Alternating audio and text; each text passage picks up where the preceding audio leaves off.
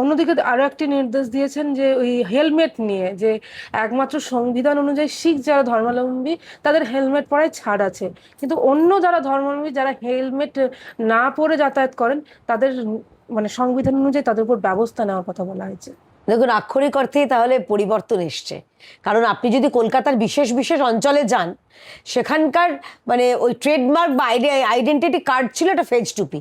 সাদা রঙের ফেজ টুপি পরলে তার কোনো সাতক্ষণ মাপ।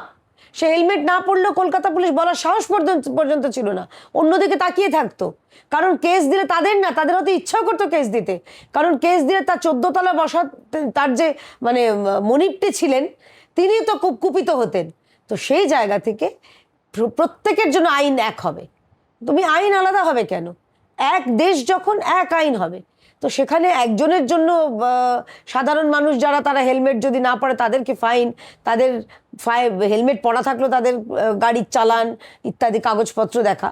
আর অন্য এক দল তারা বুক ফুলিয়ে মাথায় শুধুমাত্র ফেজ টুপি, একটা সাদা টুপি আছে বলে তারা বুক ফুলিয়ে গলা উঁচিয়ে তারা ঘুরে বেড়াবে। সেই দাদাগিরির দিন শেষ।